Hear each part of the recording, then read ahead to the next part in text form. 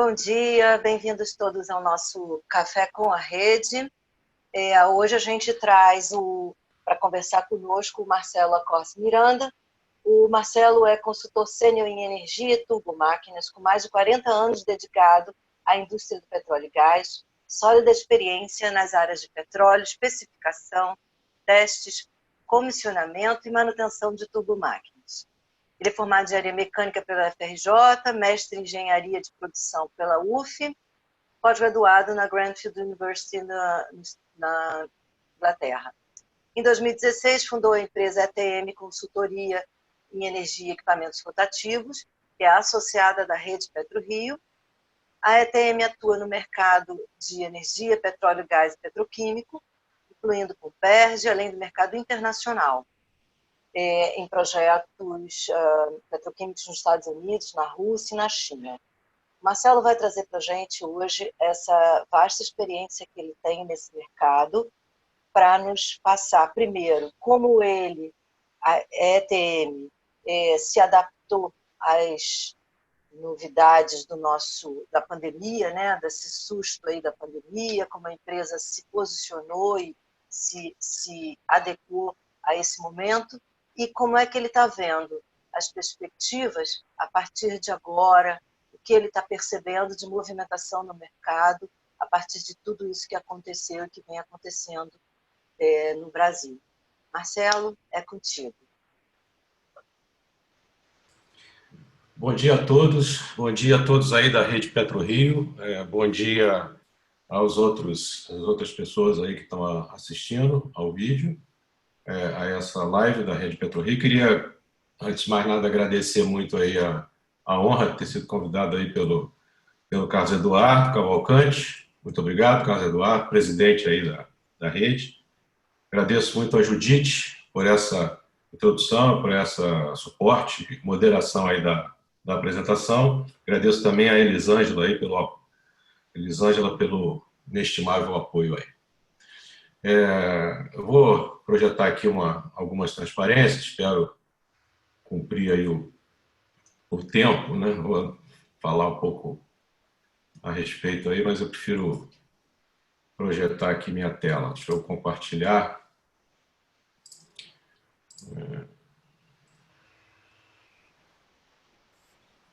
Só pergunto aí se vocês estão visualizando a tela.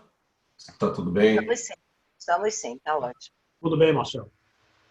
Então, o Carlos Eduardo me pediu para fazer essa apresentação, essa palestra, né, ou esse bate-papo aí, esse café da manhã, para ilustrar sobre o novo normal, né, e o que é isso. Quer dizer, eu deixo um ponto de interrogação, porque, na verdade, é muito difícil, assim, até uma temeridade a gente fazer qualquer projeção numa hora dessa, né? Todas as projeções caíram por terra e, enfim, agora nós estamos andando aí num momento de grande incerteza, né? Então, as respostas realmente não... A gente tem mais perguntas do que respostas num momento desse. Mas eu vou tentar apresentar para vocês um pouco do como é que eu estou convivendo com isso e o que a gente pode esperar, pelo menos em termos de tendência, né? Vou falar um pouco só rapidamente do histórico da minha empresa, da ETM, como é que a gente se adaptou a essa crise, né, sem precedentes.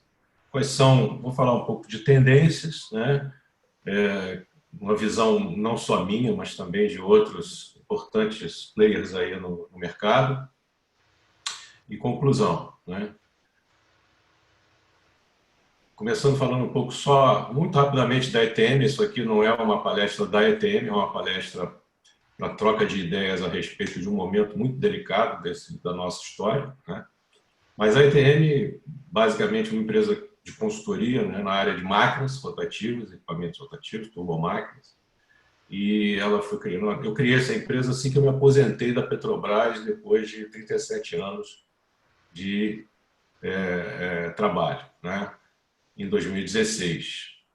E de lá para cá a gente vem atuando aí, a gente atua em todas as fases, né? Pretendemos atuar em todas as fases da implantação de projetos, né? Todo o ciclo de vida, que envolvam esse tipo de equipamento. E destaco também que a gente tem uma relação, laços bastante estreitos aí, com instituições, tanto acadêmicas como tecnológicas e empresas espalhadas pelo mundo, né? Durante a minha carreira, eu consegui desenvolver uma rede bastante ampla desse tipo de relacionamento. Bom, vou falar um pouco sobre como é que a gente se adaptou a essa realidade. Na verdade, a adaptação da minha empresa e da minha equipe, a gente acabou descobrindo que a gente já vinha se adaptando antes da crise, porque, na verdade, quando eu criei a ETM, eu criei ela no meio de uma crise, né? Em 2016, a gente estava numa plena recessão gravíssima, uma das mais graves da história, talvez a mais grave, né? E a gente criou uma empresa no meio de uma tempestade perfeita. Então, a ETM já foi criada com essa, vamos dizer assim, tentando sobreviver, né? A sobrevivência era uma questão chave na ETM desde da sua origem, né? E, enfim, uma coisa que nos ajudou muito na adaptação foi o sistema de gestão integrado que a gente implantou, né? Inicialmente, o objetivo de obter certificação ISO, né? 9001 e 45001, inicialmente. Contamos aí com o suporte do diretor da PetroRio, aí, o Evandro Cossenza, né? Que está presente aí na apresentação.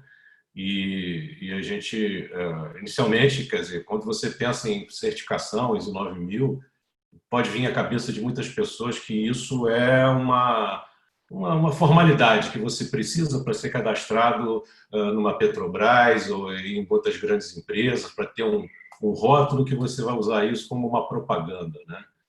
Mas, no final das contas, a gente não enxergou assim, não. A gente enxergou isso como uma forma de realmente organizar a empresa e preparar ela para a competição no mercado. Então, com isso a gente obteve uma organização, consequentemente foi também uma ferramenta para aumentar a nossa produtividade, para disseminar nossos procedimentos, né, para padronizar, né, e, com certeza, obter resultados concretos, e a gente pode visualizar isso agora que a gente está enfrentando essa pandemia. A organização deu robustez para a nossa empresa atravessar esse momento, né? Então, a gente, com essas medidas de proteção e robustez, a gente acrescenta aí disciplina financeira. A gente sempre foi, né, a gente implantou uma forma de controle das finanças da empresa muito rigorosa, muito pé no chão, né, sem nenhuma aventura, né? Por exemplo, a gente começou no meio da crise, começou a crescer, tivemos um ótimo ano em 2018, e aí a gente entrou no ano de 2019 muito bem. Tivemos um ano... 2018 foi bom, 2019 foi melhor ainda, e a gente entrou em 2020 com muito otimismo, mas o nosso planejamento estratégico, a gente botou o pé no chão e disse, não, vamos montar um colchão, né, de proteção para a gente, que a gente não sabe o que está vindo pela frente, né? A gente está muito bem, mas o mundo não está, né? E isso era antes da pandemia, né? Uma outra coisa que confere robustez, como eu já falei, nosso relacionamento internacional, né, nos permitiu não só contar com o mercado brasileiro, a gente também trabalhou para o mercado externo. Então, isso aí ajudou muito também a gente se manter vivo, vamos dizer assim, né? Uma coisa que ajudou muito a gente também foram que os primeiros clientes que a gente conseguiu, a gente prestou um serviço muito bom, a gente foi muito bem avaliado e clientes voltaram para nos procurar, para fazer novamente, contratar a gente de novo. Então, hoje a gente tem cliente aí que já contratou nosso serviço de consultoria, já estamos lá já pelo terceiro projeto, né? E e caminhando, né? E certamente a ETM a gente já foi criada, uma empresa que foi criada com muito foco em inovação e tecnologia, né? A gente desenvolveu várias ferramentas próprias para fazer análises bastante sofisticadas, e isso foi tudo desenvolvido internamente com nossos recursos, né? E, por fim, né, só para, em relação à adaptação, procurar manter o foco, né? E, como disse o André, né, que é o CEO da Shell Brasil, no webinar que teve da Fundação Getúlio Vargas, você tem que atuar naquilo que você tem controle. Então, isso foi sempre um direcionamento muito importante nosso, foi manter o foco, não se desviar do rumo, né? Na adaptação, o home office, que foi essa novidade que todo mundo tem que fazer por obrigação, né? Na verdade, eu resisti muito, muitos colegas já trabalham em home office, né? Muita gente já trabalhava em home office antes da pandemia, mas eu era uma pessoa assim, que resistia muito a isso. Eu fazia questão de ter meu escritório, ter minha equipe lá junto, a gente conversar e tal, no dia a dia, e eu achava que o home office era um negócio assim que para mim não ia funcionar. E eu estava enganado, porque a gente, na verdade, a gente não só continuou, como em alguns casos a gente até aumentou a produtividade. E o home office ele foi um treinamento, um aprendizado para a gente enxergar coisas que a gente até sabia que existia, mas que nem dava muita bola. Por exemplo, que quando você abre o computador, você, na verdade, abre uma janela onde você enxerga o mundo. Acabaram as fronteiras, né? A gente tem feito aqui reuniões com a Rússia, com a China, com os Estados Unidos, com a Inglaterra, e praticamente a gente estava com viagem marcada para a Rússia, para a China em janeiro, e depois, em abril, se não me engano, março, a gente estava planejando uma viagem para a Rússia, e o trabalho que a gente ia fazer lá, a gente está fazendo em casa, entendeu? Então, não teve viagem, não teve avião, 30 horas de avião, não teve hotel, não teve nada disso. Eu simplesmente saio, vou tomar meu café na cozinha, né, venho para cá e sento aqui, em 5 minutos a gente está com o mundo na nossa frente, né? A saúde melhorou, né? Eu diria, para mim, isso aí é uma coisa pessoal, né? Porque eu comecei a comer melhor, dormir melhor, né? E gastar menos tempo. Eu gastava 2, 3 horas no trânsito, né? Ou no deslocamento pela barca daqui de Niterói para o Rio. Tem um amigo meu, grande amigo, que mora lá no Leblon, por exemplo, e ele disse que leva o mesmo tempo do Leblon para o centro do que eu levo de Niterói para o centro. Então, na verdade, mesmo você morando numa grande cidade, mesmo morando na cidade, você perde muito tempo no trânsito. As fronteiras, como já falei, né, fronteiras deixam de existir, né? E também uma outra aprendizado, uma outra lição é o seguinte: é obrigatório, quer dizer, eu evoluí tecnologicamente a partir do home office, porque tive que aprender um monte de coisa que de repente não era tão importante para mim, em termos de tecnologia de informação e para uma plataforma digital. Não só eu, como os outros colegas também, né? Bom, agora falando um pouco de tendências, né, passando já essa fase de adaptação, assisti um webinar da Fundação Getúlio Vargas, FGV de Energia, com os presidentes das principais empresas de petróleo que atuam no Brasil, o presidente da Petrobras, da BP, da Chevron, da Shell, da Equinor, e eles fizeram um webinar de quase 2 horas, e aí, bom, eu destaquei aqui algumas tendências que eu consegui perceber da visão deles. O mundo do preço do petróleo barato, obrigatoriamente tem que trabalhar com a redução de custos, né, redução de custos operacionais, OPEX. Os projetos vão ter cada vez ciclos mais curtos para poder ter resultados melhores e, né, não tem como você ficar, em alguns casos, 3.000 dias, como o próprio presidente da Petrobras falou, 3.000 dias para implantar um projeto de exploração e produção, né, até o primeiro óleo. Então, os ciclos têm que ser mais curtos. Muito foco em confiabilidade para poder melhorar os resultados econômicos e, evidentemente, saúde e segurança, manter uma grande preocupação agora, principalmente durante a epidemia, manter a segurança e saúde das pessoas, né?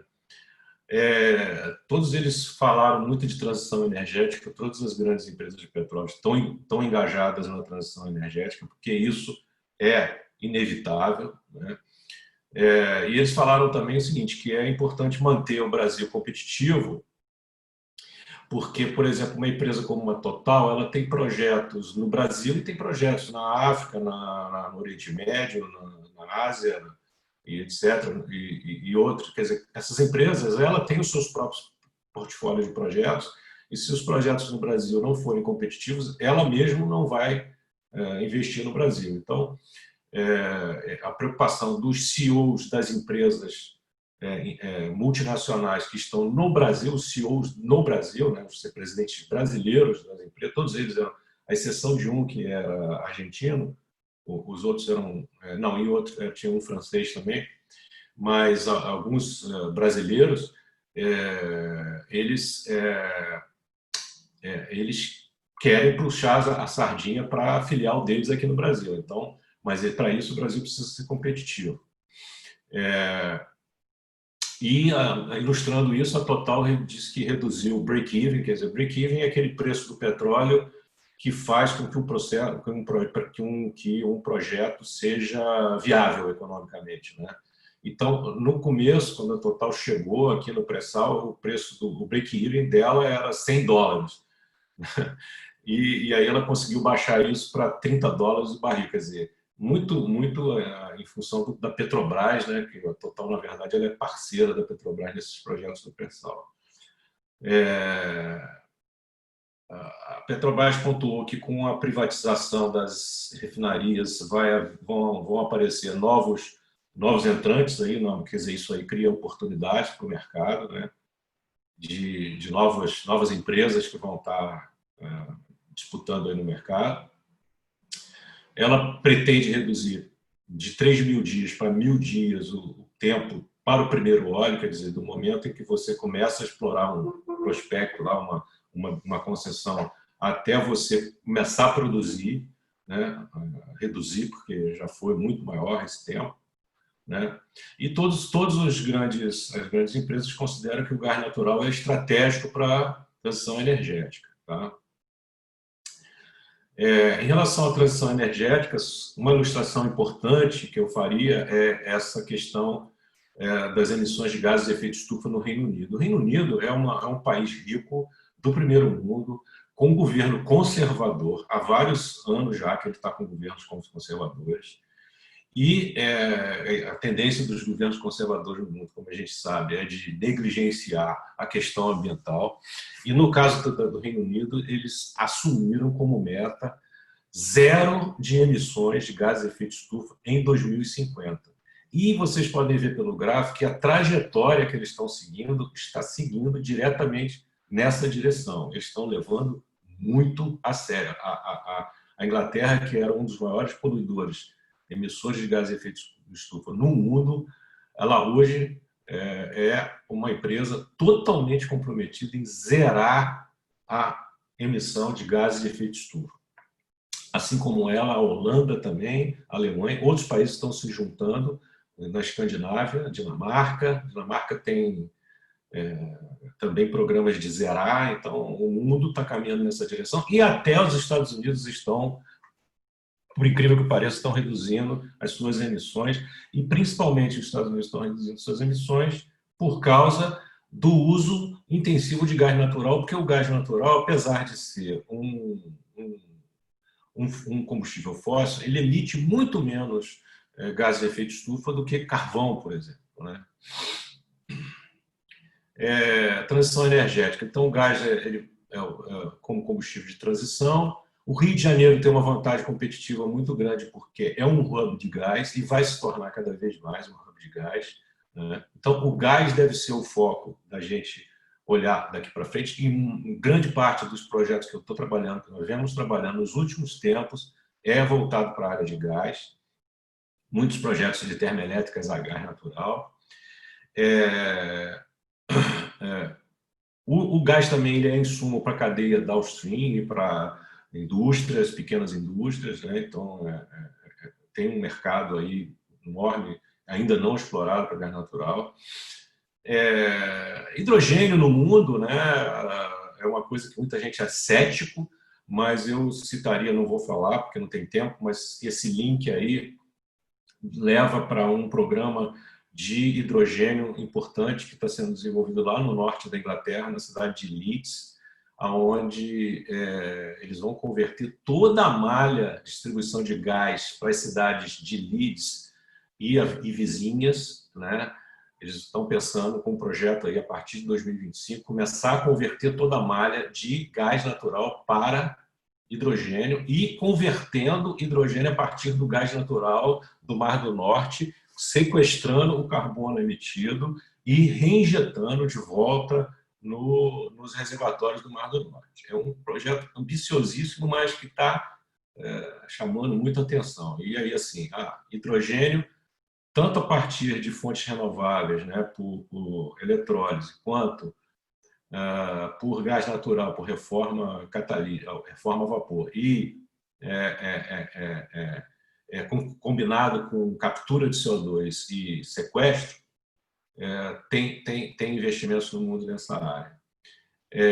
O LNG está sendo uma revolução, né? Quer dizer, LNG é gás natural liquefeito, né? É uma revolução também porque permite também você fazer uma mudança grande na matriz energética, e o LNG está sendo uma revolução no mundo. O Texas, por exemplo, já é o terceiro produtor mundial de LNG, atrás do Catar e da Austrália, né? A Rússia está investindo em LNG a gente está participando, tem participado aí de um projeto, remotamente, de um projeto de LNG no Ártico, tá? Moçambique está virando uma nova fronteira também por LNG. Já fui convidado para visitar um tempo atrás, aí não fui, me arrependo de não ter ido, porque hoje o pessoal tem muitas grandes empresas investindo em Moçambique. O LNG agora está chegando no Brasil a um preço baratíssimo, inclusive com termoelétricas usando direto LNG, quer dizer, encosta o navio, vaporiza o LNG importado, competindo aqui dentro com o nosso gás natural. Em termos de preço, as térmicas estão... Tem térmica no Porto do Açu, tem térmica em Sergipe, que já está entrando em operação, que utiliza gás natural liquefeito diretamente, né? Ele pode substituir, já tem muitas iniciativas no mundo para substituição do diesel pelo LNG em transporte de cargas, tanto em caminhões quanto em navios, tá? E o LNG pode ser utilizado para monetizar o gás do pré-sal, porque o gás do pré-sal ele tem um problema sério de logística, né? Se você tem o pré-sal fica a 300 quilômetros da costa, um gasoduto offshore é muito caro, e cada vez mais já se pensou, já se fizeram vários estudos, e essa ideia de usar um navio que faz a liquefação próximo à fonte de produção do gás lá no pré-sal pode ser uma saída que venha a ser adotada no futuro. Bom, concluindo aí minha apresentação, não sei se eu estou muito atrasado no tempo, mas também a gente começou um pouco depois. Eu entendo que o papel das redes Petro, né, não só a PetroRio, mas todas as redes, Petro BC, Petro Bahia, Petro Espírito Santo, etc., todas as redes, né, em especial a rede PetroRio, que a gente está aqui trabalhando, né, a gente entende que é um papel essencial, já vem sendo um papel extraordinário, né? Vocês estão de parabéns aí em relação a esse trabalho que vocês vêm fazendo, mas sempre é possível, né, a gente contribuir mais ainda, né? Então, por exemplo, na identificação de oportunidades, né, a rede PetroRio, vamos dizer assim, turbinar aí alguma a solução de inteligência de mercado, por exemplo. A inteligência de mercado é uma coisa que a gente, se for contratar uma empresa especializada, é um estudo bastante caro, né? Então, de repente, se a rede, se a gente se associar e fizer um trabalho conjunto, né? A gente pode obter melhores informações e ter acesso a oportunidades e clientes e leads, né, para poder a gente tocar nossos negócios. Como foi dito, né, é essencial, quer dizer, é uma obrigação a partir de agora a gente aprender todo tipo de uso de ferramenta. Quer dizer, o colega, meu sócio Zag, me falou, poxa, tem ferramenta bastante amigável já de inteligência artificial disponível, né? Falta a gente perder medo, né? Um nome que assusta, né? Inteligência artificial, todo mundo quem não conhece, quem é leigo, se assusta, mas já eu acho que no futuro a inteligência artificial vai ser uma coisa bastante amigável, com muitas ferramentas disponíveis para uso disseminado nas empresas até o chão de fábrica. E ações coletivas, né, como eu falei, né, a rede se ajudar, né, e as pessoas se juntar para poder ter escala para obter informações, recursos, consultoria de forma economicamente viável para pequenas e médias empresas, né? Era isso que eu queria apresentar para vocês. Desculpe se eu passei um pouco do tempo. E aí vamos agora para os debates. Peguem leve, por favor. Não, foi ótimo. Nossa, você foi perfeito com o tempo.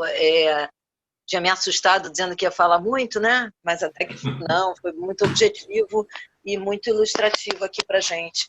Todas essas tendências aí de mercado, etc.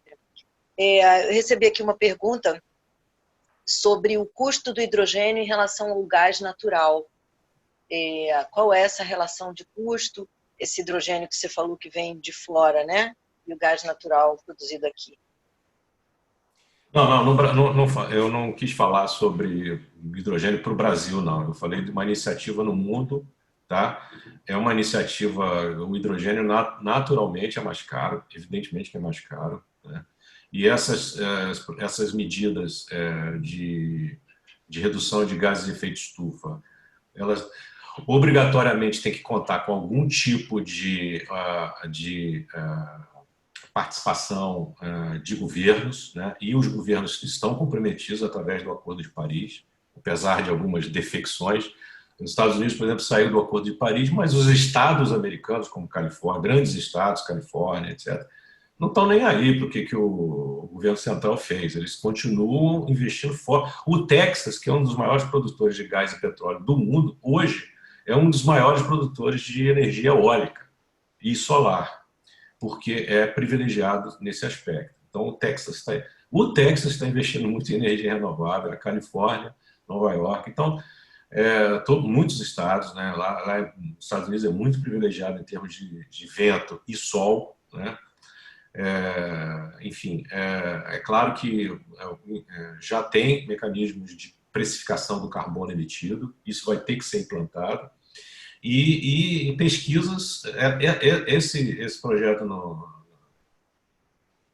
no norte da Inglaterra, de conversão para hidrogênio, está contando com total apoio de governo. É claro que é muito mais caro, né? Isso não é uma questão só econômica, é uma questão também econômica, porque vai criar oportunidades e vai, com escala, né, vai acabar reduzindo os custos, né? Como, por exemplo, era mais caro produzir energia solar antigamente. Era mais caro produzir energia eólica. Agora é muito mais barato. Agora está quase de graça, né? Hoje, praticamente, o preço é baratíssimo de produzir energia eólica e solar, né? Por causa da escala e da evolução da tecnologia, né? Judite, posso fazer um comentário? Claro, por favor. Eu gostaria de fazer um comentário com a fala do Marcelo, iniciando pelo último slide dele, quando ele mostrou um alvo com a bala acertando exatamente no ponto ideal do alvo. Não, bala não, Evandro, dardo. um dardo. Não me fala, não, pelo amor de Deus. Nós nos conhecemos bem por causa disso, né? Foi cirúrgico, preciso, otimista, definiu para os nossos associados, empresários de pequeno porte, como ele, como eu, como a maioria de nós aqui no café, a necessidade de ser organizado, a necessidade de inovar, a necessidade de ser certificado para dar confiabilidade no mercado e que tem oportunidades diversas. Tem que aproveitar. Eu queria até falar para o Carlos Eduardo, para a Elisângela, coloquem o YouTube nosso, faça propaganda dessa palestra do Marcelo, que é importantíssimo para os pequenos empresários, que estavam com medo, e não precisa ter medo. Exatamente. Alguém quer colocar mais alguma pergunta, alguma questão para o Marcelo? Esse é um momento importante aí para a gente aproveitar essa experiência dele. Então, o Henrique Silva, ele está perguntando o seguinte, no sentido da massificação do home office, nesse período de isolamento social e com o desenvolvimento das ferramentas remotas, você acredita que também crescerá esse tipo de ferramentas no ramo de óleo e gás, nas áreas de projeto, comissionamento, manutenção? Bom, eu estou trabalhando em projeto, estou sendo solicitado a apresentar uma proposta para comissionamento, plano de comissionamento. Nós vamos fazer isso tudo, a ETM vai fazer isso tudo em casa, né? E planejamento de manutenção. Agora, é evidente que eu não vou fazer manutenção de casa, né? Mas tudo que for possível fazer remotamente, a gente vai fazer. Então, a gente... Você vê, olha só, você imagine reunir 6 presidentes de empresa de petróleo do porte de uma Petrobras, uma Chevron, tudo no mesmo dia, na mesma hora, rapidamente, né? Quando que seria possível isso? Quando é que você conseguiria conciliar a agenda dessas pessoas, né? Enfim, outra coisa importante também que a gente observou, embora tenha muita gente enchendo o saco de um monte de cliente para fazer o webinar, né? A gente está notando que está sendo mais fácil visitar os clientes através da rede, através do vídeo, né? Então, antigamente a gente, preciso visitar você aí em Porto Alegre, vamos agendar para daqui a 3 semanas, aí a gente pega um avião, vai para Porto Alegre, ou fica no hotel e tal. Outro dia eu pedi para um cliente interessado nos nossos produtos aí, num dia ele marcou para o dia seguinte uma apresentação, uma live com a gente, entendeu? Então eu até me surpreendi, foi rápido, né? Então tanto eu quanto... Posso fazer um comentário? Claro. Sim. Bom dia todo mundo, eu sou Sterling Schmutz, eu trabalho com Marcelo Accorsi. Nossa empresa é ETM, fazemos controle de turbomáquinas. É CT, Sterling. Hã? Falho, hein? Você me ouve bem? Você falou assim, a nossa empresa é ETM. Desculpa, ECT. Desculpa, está um pouco cedo aqui. Obrigado. Eu preciso de você na ETM, Sterling. Eu considero... Pagar o salário em dólar, né? Considero que trabalho com ETM também. Bom, somente queria dizer que nós tínhamos um projeto com uma empresa grande de amoniaco chamado OCI, aqui nos Estados Unidos, no estado de Texas. Fizemos um sistema de controle para 2 máquinas, para eles, 2 máquinas, uma máquina, um compressor de refrigeração de amoniaco e outro é gás de síntese. Fizemos o sistema de controle, gabinetes, inclusive, e todo o TAF, ou a prova em fábrica, foi feito não foi pelo Zoom, foi acho que foi Microsoft Teams. Mas queria dizer que uma companhia de grande porte fez fez essa prova em fábrica através de tecnologia. Também estamos trabalhando com outro projeto chamado GENS.io, que é um projeto junto com ExxonMobil, Shell e Chevron. E fizemos uma prova em fábrica para esse projeto também. Somente um comentário para responder a pergunta de Henrique Silva, que muita pessoa, até as empresas de grande porte, estão fazendo essa mudança de fazer projetos e prova em fábrica remotamente. Acrescentando ao que o Sterling falou, a gente estava com uma viagem marcada para acompanhar um teste de fábrica na China, em janeiro, quando entrou a pandemia. Esse teste foi todo, nós fizemos toda a análise dos resultados do teste. Nós não acompanhamos em tempo real, porque não foi possível, mas tecnicamente. Não que não seja, é possível acompanhar em tempo real qualquer tipo de teste, desde que haja recursos e infraestrutura para isso, né? Mas a gente avaliou, a gente não foi, mas a gente avaliou os resultados, a gente recebeu os arquivos que foram gravados do sistema de monitoramento de vibrações, e aí fizemos toda uma análise de vibrações e rotodinâmica e demos o nosso parecer para esse teste que foi feito na China. Então, é tudo uma questão de infraestrutura, tecnologia, e isso se torna uma obrigação a partir de agora. Realmente, a vida remota veio para ficar. Essa semana eu fiz uma avaliação de risco das operações da Petrobras em Urucu. Eu sentado no Rio de Janeiro, fazendo avaliação de risco numa atividade de petróleo em Urucu e uma auditoria para a ANP, no Sistema de Gestão de Integridade de Poços no interior da Bahia. Eu sentado no Rio de Janeiro. E veio para ficar, pessoal. Temos que aproveitar. Eu queria te perguntar, Marcelo, qual a sua visão em relação a essa transição energética para nós aqui no Brasil, somente no Rio de Janeiro? Porque você falou que vamos ter ciclos mais curtos nos projetos de petróleo, que faz com que mais ágil, né? Confiabilidade, segurança, todas essas questões, mas também falou muito da transição energética.